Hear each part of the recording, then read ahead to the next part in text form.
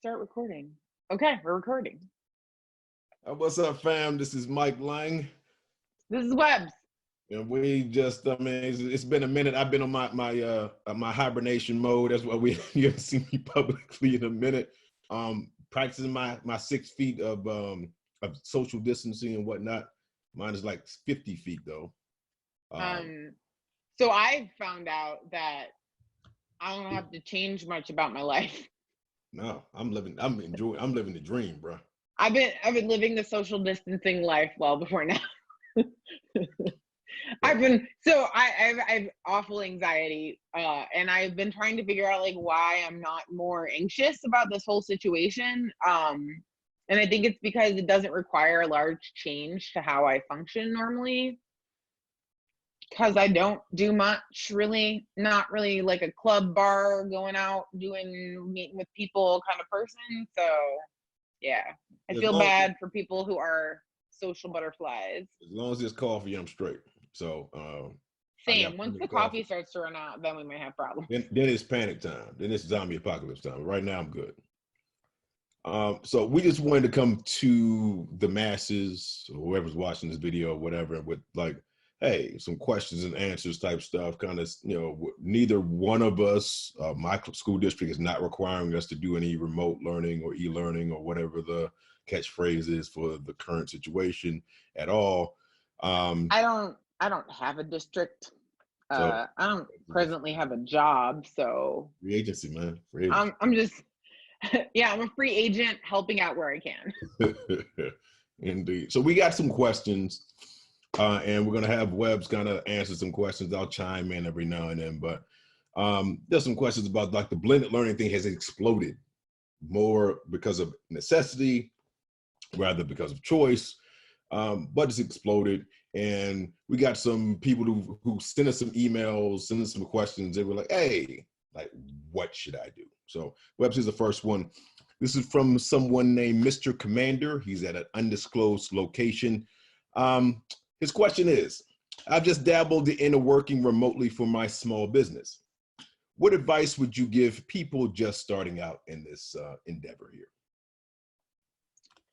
Well, I am a huge proponent of remote work if it works for you, which for me it does. I'm really good at setting up a schedule for myself and sticking to my work area and work times and all that kind of stuff, which is kind of like my first tip. And that is maintain what would be a normal office schedule. So wake up at the same time, still go through the same routine of showering, getting dressed, eating breakfast like you would if you were going to an office, and just have a designated area of your house that is like your office. Sometimes that's hard. When I was living in New York, like that wasn't really a choice. It was kitchen, living room, bedroom. Those were my only office spaces. So sometimes it's not a choice, but even if it's something like you use a different computer or you set up something a different way, those cues can help you like transition out of I'm at home mode and into office mode, even if you're not really going to an office. I would also say go easy on yourself. It takes time for you to adapt to that, and if you live with other people, for them to adapt to it. Have signs and signals and conversations about what is your do not disturb time. How will you deal with deliveries at the door, or the dog barking, or if you have kids, like make sure that you don't have like this isn't a time when you're also serving as babysitter if at all possible. So trying to avoid those interruptions if at all possible is another like good tip, and thinking about that kind of ahead of time. But go easy on yourself. Like it does take some time. There are things you're not going to think about, so go easy on yourself. Definitely. Have a good headset. For our friends like myself, I am an owl, so my chronotype, I revert back to my chronotype when I don't have to go to work. So, I sleep until 1 o'clock generally. I'm up all night doing stuff. So just also don't be afraid to, accept who you are in terms of, how you get down and what you work with. So second question was from a Skelly Tour from Skull Mountain, Georgia. I'm more of a long-term planner. I'm looking to integrate blended learning into my classroom from now on. What are your recommendations?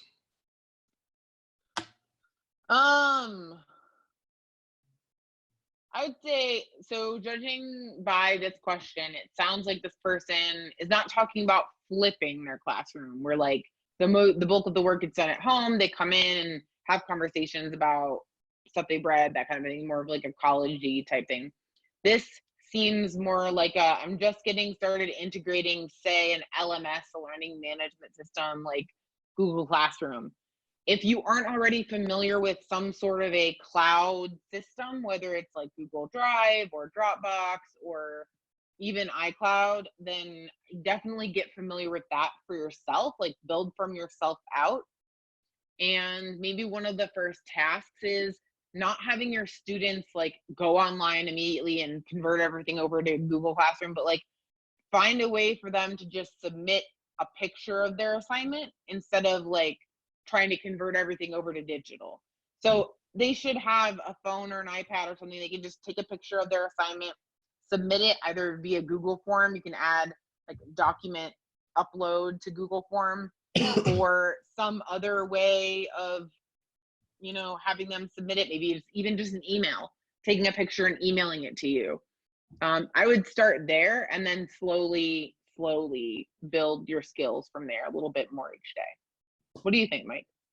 I think always is process over product. So I mean, there should be a overarching philosophy that runs your classroom, and trying to mesh whatever your learning management system or cloud-based storage or whatever is with that philosophy. And again, I think I echo what you're saying in terms of go slow.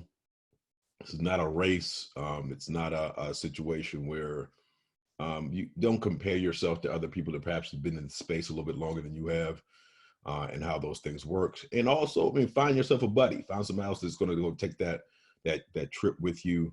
That's going to hold you accountable to certain things. That's going to encourage you when that encouragement is necessary. Um, that will email you and collaborate with you to ensure that those transitions are smooth. I think if you try to go alone into the woods, you know, sometimes, you know, you find all kind of cool stuff, and sometimes you just get lost and frustrated. And so having a buddy, I think, is definitely a strategy that I would use if I was just making my first foray into this space. I think too, finding people that have a little bit more experience than you, and then eventually people that need your experience. So slowly building up that group of people that you trust, that you know you can ask questions to, get feedback from. And we're starting to see that a little bit more, or like, I guess a lot more. There's groups forming all over social media of teachers helping teachers who haven't done this before, of teachers helping parents who maybe don't really know what to do. And I know we talked about this a little bit, but like maybe consider the fact that if your school isn't requiring any sort of teaching, use this time to start to think about like, what skills do I need? What skills do I wish I had? Maybe don't teach all day, and spend part of that time that you're home building up those skills and figuring out who you need to connect with to build those skills. So we talked about like the game Bar Tapper. Like sometimes it's this little like old arcade game where you're a barkeep and people are asking you for drinks, and then they send their glasses back and you have to run between all these different like tables collecting them before the glasses fall on the floor. Right now I feel like what we're doing is we're just barely catching, like being able to keep up with those glasses. And sometimes you got to let some glasses fall so that you can get ahead of the game in the future. So short-term loss for long-term gain. And I think we have an opportunity to do that right now. So teachers could be home, like we're spending part of their time planning for next year, setting up lessons in classrooms for next year. And instead we're kind of just like putting out fires. So maybe that's something to consider, like spend at least 25, maybe even 50% of your time planning for next year rather than just reacting to what's happening right now. There's there's two things I would definitely, two programs I would definitely, you know, make sure that I'm familiar with. If you're a Mac environment or in a Mac environment, like going through and trying to get your Apple Teacher certification now, while you have some time, those lessons are set up. You can do it at whatever pace is necessary. You'll get those certifications, and then also Google certification. So if you're unfamiliar or somebody who's not, very Google proficient, that's another thing I would definitely look into. Microsoft has its proficiency as well, their certifications, but looking into those certification programs that you can do at your own pace, and the actual process to those certification programs are free. It's just the Google charges you $10 to take the Yeah. technical end of Hmm. the course, but Apple totally free, doesn't cost anything, and you got hopefully a couple of hours a day now free that you didn't have previously, that you can go and kind of look through those things. All right, so our last question here, Webbs, All comes from right, give it to me. Victor Von Doom. Never heard of this person before. He's responding from Latveria, which is interesting. As a student of the mystic arts, what would be one tool or strategy I could use to add magic to my online lessons? So something I've seen a lot lately is someone will ask a question similar to this, and there's like an onslaught of different tools to use. And I think that can be a bit overwhelming for one. And I also don't think it really necessarily solves the problem. So if you have a craptastic lesson that's super boring and then you put it online, it's going to be a craptastic lesson that's super boring that is now online. So I think probably the thing that you want to have in your lesson is the requirement that students are using some form of creativity and self-expression. Too often, I think it's treated as icing on the cake when really it's more like salt. So if you don't salt your food, it tastes like crap. It's not good. Nobody wants to eat it. So you want to sprinkle a little bit of that self-expression, a little bit of that creativity, and even in your own lessons, like finding a creative way to present a lesson. For example, there was someone asked about what's a good way to teach Hamlet remotely.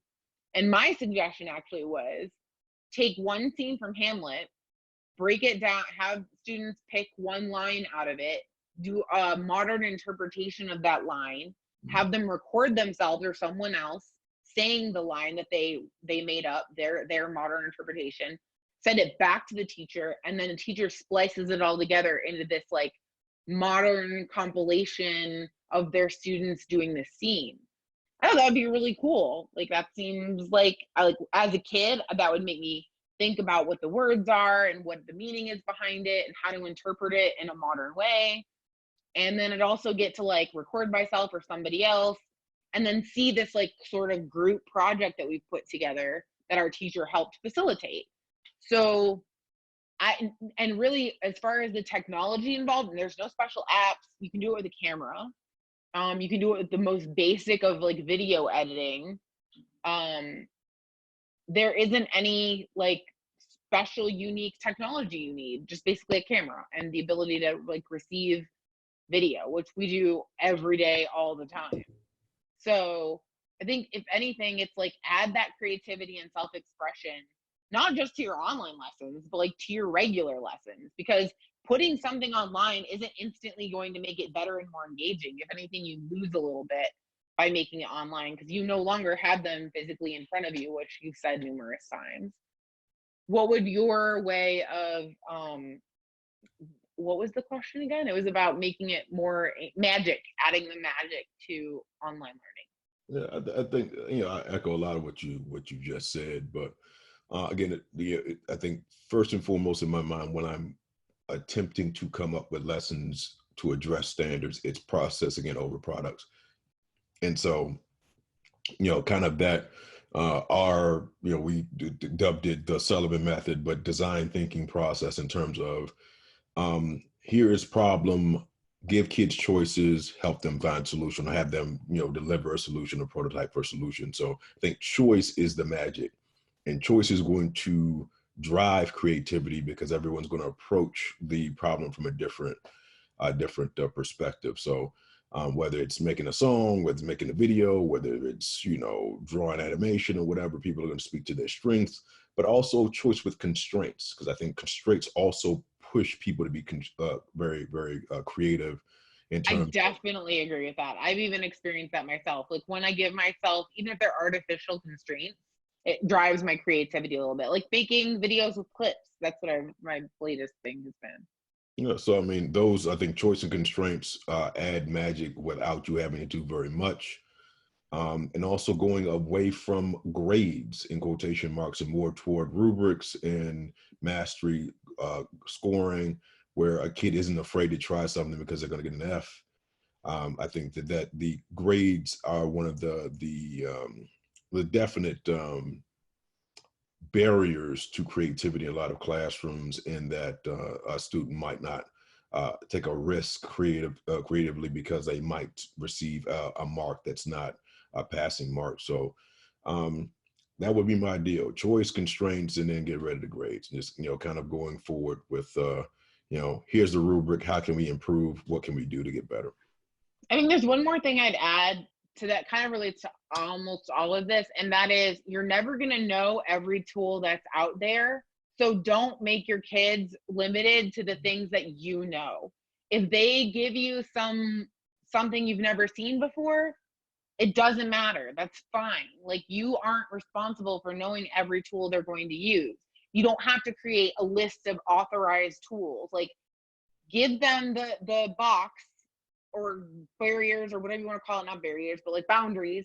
Give them the boundaries, the constraints that you've come up with, and then let them explore and figure it out. Like, let them, think about going back to the Sullivan method thing. And I did a Facebook Live video talking about the first step of the Sullivan method, which is function. What's the function of what you're trying to do? Like, what is the core of what you want them to walk away knowing or being able to do? Like, focus on that. Let them figure out how they go about demonstrating that to you. I think for the younger kids, you maybe need a few more limited choices, because they'll get overwhelmed and not know what to think. But for the older kids especially, I feel like you don't necessarily need that. Like, they know what they have the ability. They want to do a TikTok, do a TikTok. I don't care. I watched a really funny one you saw it, the one about the planets trying to save Earth. Yeah, but I Watched mean, that like 3 also in a times. situation where you're like, all right, look, I think there's also show students that what you're doing is valuable, and one of the ways you can do that is by you doing it first.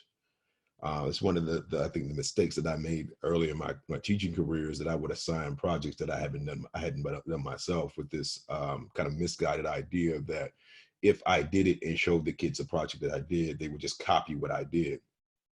And if you kind of start to look at a lot of products, a lot of especially in the edu space, where the kind of highlight creativity, it's a remix type tool. Here is a template, here's something that I already built, take this and do what you want to do with it. And kind of encouraging kids to remix things until, some of the remixes that you hear now of songs, you're like, man, that sounds better than the original idea the person had. And that kind of valuing what you're doing in the classroom by showing that you value what you're doing in the classroom, I think is also something that would encourage students to engage with it at a level that you would be very pleased with. Cool. So that's what we got for today.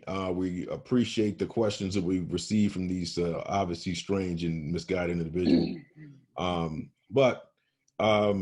Like, go through, remember not to overdo it. Self-care is still something important. And while you have some time where one would assume that your duties aren't as deep and as perhaps hopefully complicated as they are when you're actually physically at your school building, that you take some time to make sure you're resting and whatnot. Because even if we don't have school this school year, August will come very, very quickly, and we want people to be prepared both mentally and physically for that. And acknowledge that it is a stressful time. Like, yeah, we are at home, but it is a stressful time, worrying about people around you, worrying about people not around you. So take some time in that respect too, to take care of yourself, rest, etc. Wherever you're watching this, we are on Twitter at Trust a Hoodlum. We are on Facebook, The Intelligent Hoodlums. You can search The Intelligent Hoodlums with the keyword education on any search engine, and you'll probably find lots of our materials. On Instagram, we're the Intelligent Hoodlums. Is there anything I'm missing? Nah. If you have a question, you can email us, theintelligenthoodlums@theintelligenthoodlums.com, Webs at theintelligenthoodlums.com, Mike at theintelligenthoodlums.com. Facts. Yeah. That's it. Man. God bless All right. America.